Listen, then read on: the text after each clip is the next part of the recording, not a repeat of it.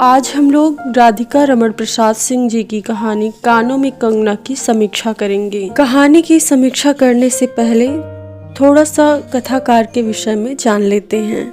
राधिका रमण प्रसाद सिंह हिंदी साहित्यकार थे। कथा लेखन में उनकी शैली अत्यधिक लुभावनी थी, अतः कथा साहित्य में उन्हें शैली सम्राट के रूप में स्मरण किया जाता है। ये अपने समय के सबसे लोकप्रिय कहानीकार थे। इन्होंने 50 वर्षों तक हिंदी साहित्य की महती सेवा की।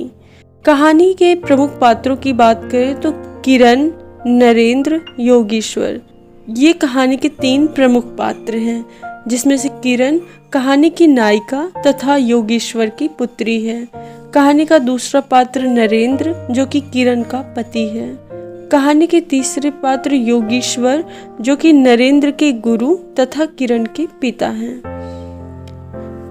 राधिका रमण प्रसाद सिंह द्वारा रचित कानों में कंगना वर्ष 1913 ईस्वी में इंदु पत्रिका में प्रकाशित हुई। यह लेखक की एक यादगार रचना है। यह एक मार्मिक कहानी है। यह उन स्थलों का सूक्ष्म वर्णन करती है जो मनुष्य के विवेक को जागृत करते हैं। इस कहानी में वासना और प्रेम के अंतर को स्पष्ट किया गया है। इस कहानी का प्रारंभिक अंश अत्यधिक आकर्षक है, किंतु अंत बहुत ही दुखद है।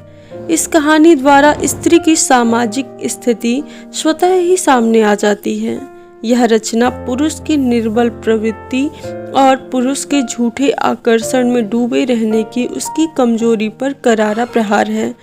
इस कहानी का केंद्रीय पात्र किरण है, जो योगेश्वर की पुत्री है।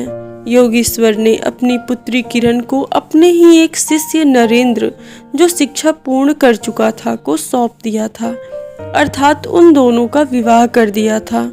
कुछ समय के पश्चात ही नरेंद्र एक किन्नर के चंगुल में फंस गया और उस पर मोहित हो गया।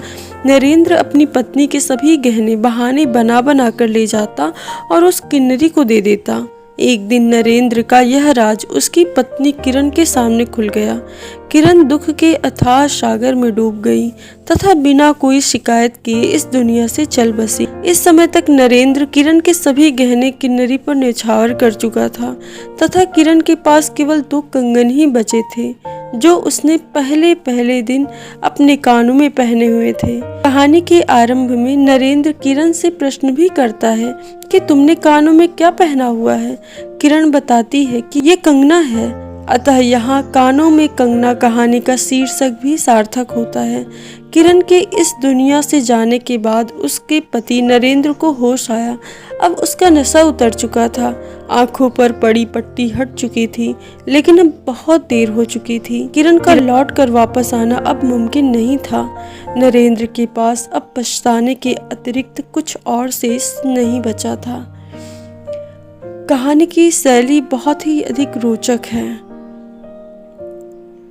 हम आशा करते हैं कि राधिका रमण प्रसाद सिंह जी की कहानी कानों में कंगना की यह समीक्षा आपको समझ में आई होगी। धन्यवाद।